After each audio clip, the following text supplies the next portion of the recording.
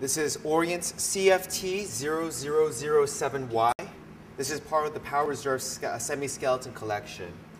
Let's take a look at the front of the watch. On the dial, you'll see a lot of holes in the dial. What that allows you to do is take a look at that mechanical movement. You see it right over here and all over here. What you see at the bottom over there is something we call a power reserve indicator. What a power reserve indicator does is it acts more like a fuel gauge. It lets you know how much power there is in the watch. So when you take it off, you'll notice that the gauge will start winding down, and as you wear it, it'll wind up. If you look around in the bezel, which is the thing around the watch, what we have is a slide rule calculator.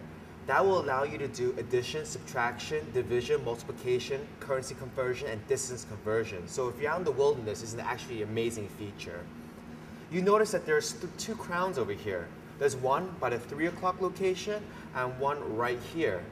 The reason why Orient decided to flip the movement so that the crown is on this position is because we want to show the exhibition on the balance wheel right here, as you can see.